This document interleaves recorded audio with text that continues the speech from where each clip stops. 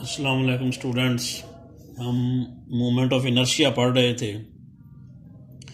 और rigid body का moment of inertia मालूम करने का फार्मूला हमने ये बनाया था जो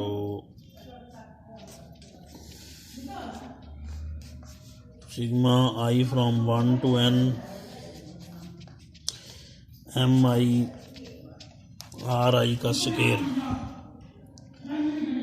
और ये पीछे बताया था कि ये जो सिग्मा है ये इंटीग्रेशन ही होती है असल में, यानी सम करना या इंटीग्रेट का मतलब भी इकट्ठा करना, सम का मतलब भी इकट्ठा करना होता है। तो सिग्मा असल में इंटीग्रेशन ही होती है।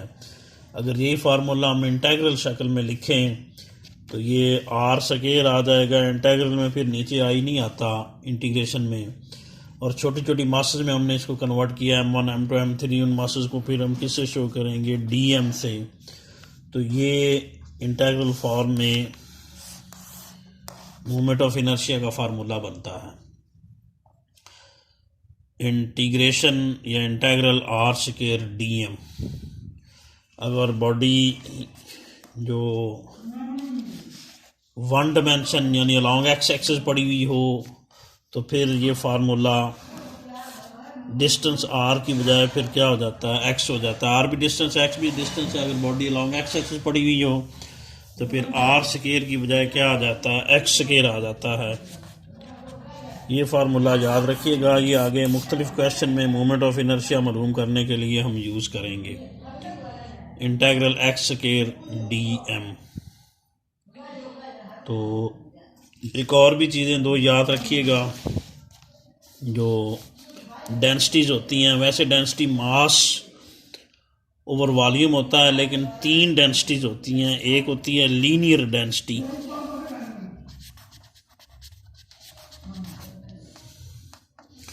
लीनियर डेंसिटी होती है मास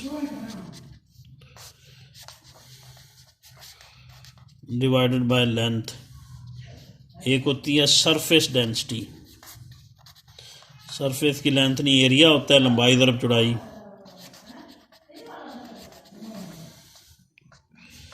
सरफेस डेंसिटी होती है मास डिवाइडेड बाय एरिया। एक होती है वॉल्यूम डेंसिटी, ये होती है मास ओवर वॉल्यूम। तो ये तीन डेंसिटीज भी याद रखिएगा, लीनियर डेंसिटी, सरफेस डेंसिटी और वॉल्यूम डेंसिटी। तो अगला क्वेश्चन है moment of inertia of rod. एक रॉड का मोमेंट ऑफ इनर्शिया हमने कैलकुलेट करना है।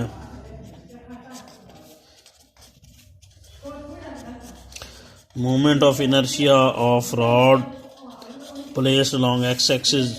यूं करके रॉड अलॉन्ग एक्स एक्सिस रखा हुआ है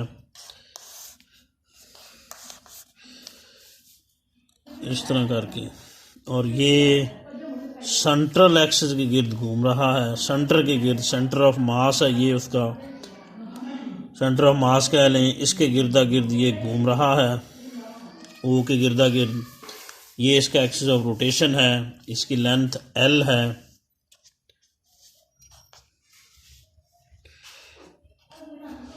तो इसका मोमेंट ऑफ इनर्शिया हमने कैलकुलेट करना है। तो डायरेक्ट नहीं निकलेगा जैसे हमने रिजिड बॉडी में पढ़ा था। इसको छोटे छोटे टुकड़ों में क्या करेंगे, हम डिवाइड कर देंगे। तो हर टुकड़े का अलग से मोमेंट ऑफ इनर्शिया निकलता है, फिर उन सबको ऐड करके टोटल मोमेंट ऑफ इनर्शिया होता है। उनमें से एक टुकड़ा ये इधर दिखाया गया है, इसकी मास जो है वो DM है, और इसकी ये वाली लेंथ याद रखिए, ये किसके इक्वल है? DX के। इसकी मास DM है और इसकी लेंथ यहाँ से यहाँ तक की एक टुकड़े की DX है। इस तरह तमाम टुकड़ों की मास DM है और तमाम टुकड़ों की लेंथ DX है। तो मोमेंट ऑफ इनर्शिया का फार्मूला लगाने से पहले हम वही लीनियर डेंसिटी, क्योंकि ये इसकी लेंथ दी गई है हमें, इसलिए लीनियर डेंसिटी का रिलेशन यूज़ करेंगे। लीनियर डेंसिटी ये किसके इक्वल होती है? मास डिवाइडेड बाय क्या आता है? लेंथ। इसको लैम्डा से शो करते हैं। छोटे से टुकड़े की मास dm है और छोटे से टुकड़े की लेंथ कितनी है, dx है। तो dm की वैल्यू कितनी निकलेगी, लैम्डा dx। तो moment of inertia of rod निकालने के लिए उसका फार्मूला लगाएंगे। आई का फार्मूला होगा x स्क्वायर dm। इंटेग्रल अभी हमने पढ़ा था,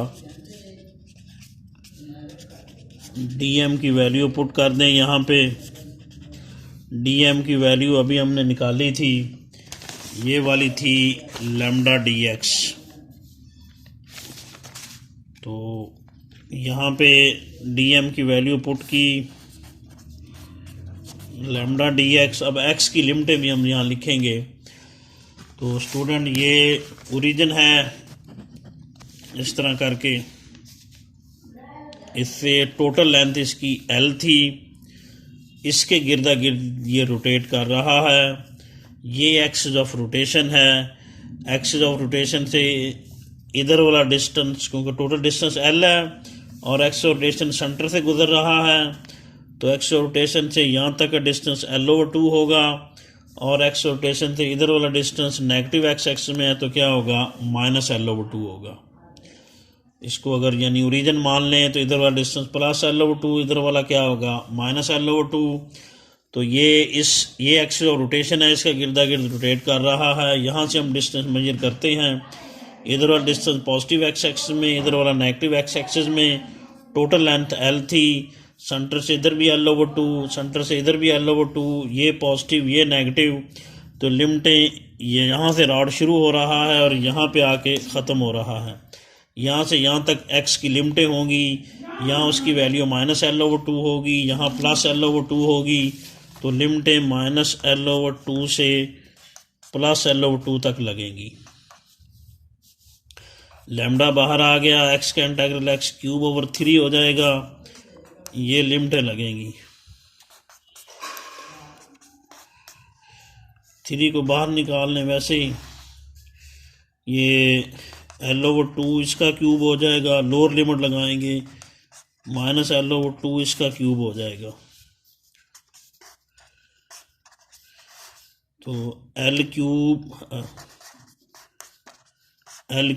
क्या हो जाएगा, ये 8 माइनस प्लस हो जाएगा। L³ क्या हो जाएगा, 8। ये 2L³/8 बन जाएगा, दोनों ऐड जब होंगे तो।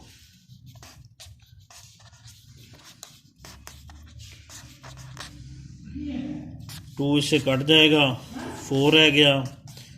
लैम्डा L³ क्या रह जाएगा, 4 × 3 12। ये आएगा। अब हम लैम्डा की वैल्यू पुट करते हैं। तो स्टूडेंट बताया था लैम्डा जो है ना, वो असल में जो लीनियर डेंसिटी है, पहले हमने ये देखें, यहीं से देख लें। पहले हमने ये लीनियर डेंसिटी का फार्मूला लगाया था इतने से टुकड़े के लिए। अगर पूरी लेंथ के लिए लीनियर डेंसिटी का फार्मूला लगाएं, ये देखें इधर, ये लीनियर डेंसिटी होती है मास ओवर लेंथ। पहले हमने वो फार्मूला लगाया छोटे से टुकड़े के लिए। अगर पूरे जो रॉड के लिए लगाएं तो लीनियर डेंसिटी को लैम्डा से शो करते हैं, मास ओवर लेंथ।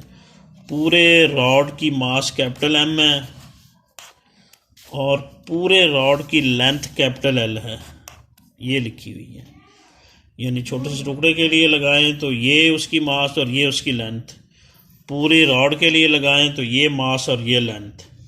लैम्डा मास ओवर लेंथ होता है। लैम्डा की ये वैल्यू निकलेगी पूरे रॉड के लिए, क्योंकि अब ये मोमेंट ऑफ इनर्शिया पूरे रॉड का बन चुका है। तो ये पूरे रॉड के लिए हम लैम्डा वाली वैल्यू यहाँ पुट करेंगे और वो कितनी होगी, पूरे रॉड की मास और पूरे रॉड की लेंथ, ये होती है लीनियर डेंसिटी, लैम्डा से शो करते हैं, M/L। पूरे रॉड के लिए लीनियर डेंसिटी को लैम्डा से शो करते हैं, वो पुट करें तो पूरे रॉड की मास आएगी और पूरे रॉड की लेंथ आएगी, M/L ये वैल्यू निकलेगी। ये हम पीछे पुट किए देते हैं। पीछे हमने ये इक्वेशन बना ली थी, लैम्डा L³/12। यहाँ लैम्डा की वैल्यू पुट कर दें।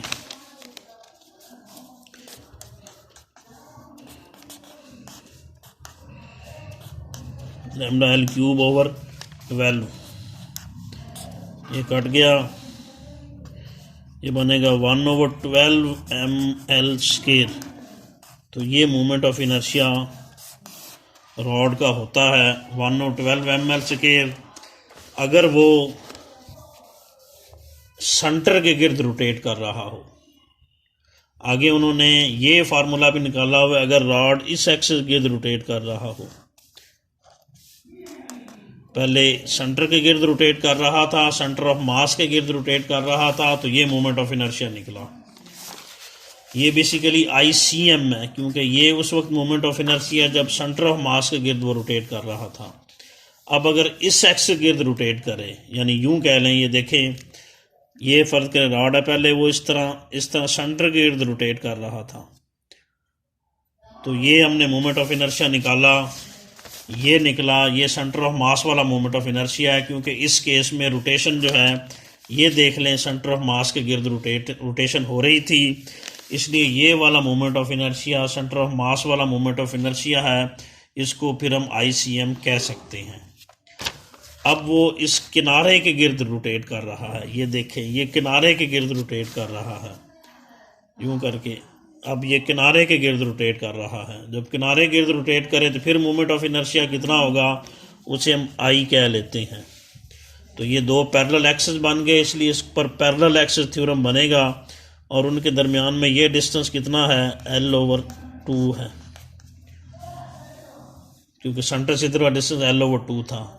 इस एक्सिस की गिर्द रोटेशन अब हो रही है, ये सेंटर ऑफ मास वाला एक्सिस है, दोनों पैरेलल एक्सिस हैं, तो पैरेलल एक्सिस थ्योरम लगेगा और दोनों पैरेलल एक्सिस थ्योरम के दरमियान डिस्टेंस D था, ये L/2 है जो पीछे हमने पढ़ा था।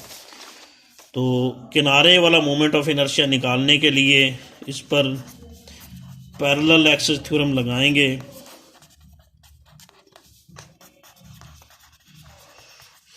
जिसके मुताबिक I जो है वो किसके इक्वल होता है, ICM + M × D स्केयर, ये पीछे हमने प्रूफ किया था। D दोनों पैरेलल एक्सिस के दरमियान वाला डिस्टेंस होता है, यानी इस एक्सिस के गिर्द रोटेट करे तो मोमेंट ऑफ इनर्शिया I है, सेंटर ऑफ मास के गिर्द रोटेट करे तो मोमेंट ऑफ इनर्शिया ICM है, जिसकी वैल्यू हम पीछे निकाल चुके हैं। तो इनकी वैल्यूज पुट कर दें।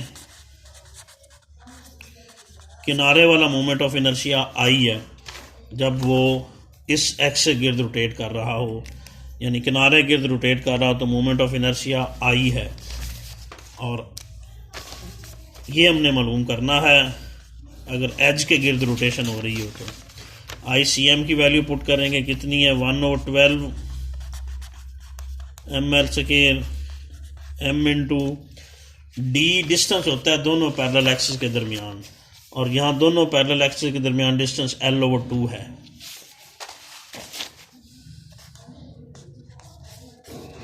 इसका स्केयर हो जाएगा, तो ये होगा 1/12 ml स्केयर प्लस इसको करेंगे तो 1/4 ml स्केयर हो जाएगा। इनका LCM 12 निकलेगा,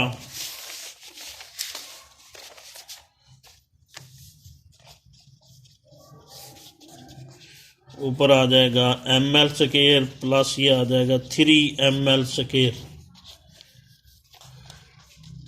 तो ये 4 ml स्केयर बन जाएगा। ओवर 12 काटेंगे तो 1/3 ml स्केयर हो जाएगा। तो ये मोमेंट ऑफ इनर्शिया होगा जब वो एज के गिर्द रोटेट करेगा।